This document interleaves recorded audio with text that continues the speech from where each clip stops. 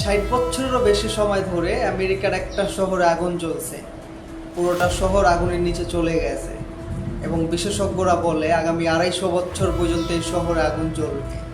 প্রশ্ন হলো কেন, কিভাবে শুরু হলো এই আগুন এবং কোথা থেকে আসলো? একটা সময় এই শহরে মানুষ সুন্দরভাবে জীবনযাপন করত, কিন্তু হঠাৎ করে বদলে গেল সব, খালি হয়ে গেল পুরোটা শহর। কিন্তু কেন? সেই শহরটার নাম হলো সেন্টালিয়া। সেন্টালিয়া আমেরিকার উত্তর পূর্বে অবস্থিত এবং আজকে জানার চেষ্টা করব সেন্টালিয়ার সেই রহস্যময় আগ্নেয়গিরির ব্যাপারে। আমি আছি আপনার সাথে ইব্রাহিম। আজকের ভিডিওটা খুব ইন্টারেস্টিং হবে, সবাই শেষ পর্যন্ত দেখবেন। চলেন আমরা একটু শুরু থেকে শুরু করি। সেন্টালিয়া শহরের মধ্যে খুব সাধারণ মানুষের জীবনযাপন ছিল এবং মানুষের জীবনযাপন করতে যা যা প্রয়োজন হয় সব ওই শহরের মধ্যে ছিল।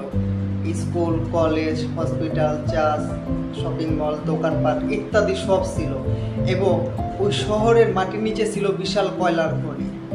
1962 সালের আশেপাশের দিকে স্থানীয় কিছু বাসিন্দারা কিছু ময়লা আবর্জনার ভিতরে আগুন দেয়। প্রথমে সব কিছু স্বাভাবিক ছিল, সিচুয়েশন নর্মাল ছিল, কোনো ভয়ের কারণ ছিল না বা কোনো খারাপ কিছু হবে এমন কোনো আভাব ছিল না। কিন্তু একটা সময় গিয়ে আগুন জ্বলতে জ্বলতে মাটির নিচে যে কয়লা ছিল ওইখানে চলে যায়। এখন ওইখানে যায় কিভাবে দেখেন, একটা গদের ভিতরে আগুন দিলে ওই শহরের মাটির নিচে যদি কয়লার খনি, গ্যাসের খনি থাকে তাহলে ওইখানে যাওয়া স্বাভাবিক। আর আমরা প্রতিটা মানুষ জানি কয়লা এমন একটা জিনিস, ওইখানে সামান্য আগুন পেলেই জ্বলতে শুরু করে। আগুন ধরতে ধরতে একটা সময় পুরোটা খনির মধ্যে আগুন ছড়িয়ে পড়ে। এই খনিটা যেহেতু মাটির নিচে ছিল সেহেতু পুরোটা শহরে আগুন কিন্তু লাগে না, শুধু আগুন লাগে ওই খনির মধ্যে। কিন্তু ওই আগুনের তাপের কারণে একটা সময় রাস্তাঘাট গরম হইতে শুরু করে, দেন রাস্তাঘাট ফাটল ধরতে শুরু করে। ওই ফাটা দিয়েই আপনার আগুনের ধোঁয়া বের হয়, লিক হয় ভয়ঙ্কর গ্যাস। ওই গ্যাসেই বাচ্চা কাচ্চা, মুরব্বী মানুষজন সবাই আক্রান্ত হইতে শুরু করে। কিছু মানুষ স্পটে ডেড হয়ে যায়, কিছু মানুষকে হসপিটালে নেওয়া হয় এবং তাদের ভয়ঙ্কর ভয়ঙ্কর রোগ হয়। এই জিনিসটা যখন ঘটে তখন দেশের সরকার, প্রশাসন কেউ তেমন একটা গ্রাহ্য দেয় না। এটাই ছিল তাদের সবথেকে বড় ভুল। ওই কারণে বহু মানুষের মৃত্যু হয় এবং তাদের ক্ষতি হইতে শুরু করে। মানুষের মনের ভিতরে আতঙ্ক আর ভয় ঢুকতে শুরু করে। আস্তে আস্তে মানুষের মনের ভিতরে ভয় আর আতঙ্ক বাড়তে শুরু করে, কিন্তু এখনও তাদের সমস্যাটার সমাধান হয় নাই। একদিন সকালে একটা বাচ্চা ছেলে খেলতেছিল, তার পায়ের নিচে মাটি ফেটে জ্বলন্ত আগুনের মধ্যে ছেলেটা পড়ে যায়। ওইটা দেখে প্রতিটা মানুষের মনের ভিতরে আরও ভয়ঙ্করভাবে ভয় সৃষ্টি হয়, তাদের মনের ভিতরে একটা ভয়ঙ্কর প্রভাব পড়ে। তখন থেকে সরকার, প্রশাসন অ্যালার্ট হয়ে পড়ে এবং আইন শৃঙ্খলা বাহিনী এসে পুরোটা শহর পর্যবেক্ষণ করে। অফিসিয়ালিভাবে 1980 সালের দিকে সরকার ঘোষণা করে ওই শহর ছেড়ে প্রতিটা মানুষকে যেতে বলে এবং যারা ওই শহর ছেড়ে যায় তাদের সরকারিভাবে সাহায্য দেওয়া হয়।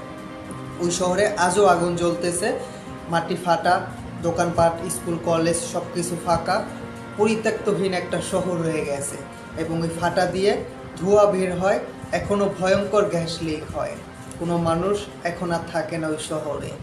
সবথেকে ভয়ঙ্কর ব্যাপার কি জানেন, ওই শহরের মাটির নিচে আজও আগুন জ্বলতেছে, এখনও নিভেনি এবং ওই শহরের ফাটা দিয়ে গ্যাস বের হয়, ধোঁয়া বের হয় এবং বিজ্ঞানীরা বলে আগামী 250 বছর পর্যন্ত এই শহরে আগুন জ্বলবে।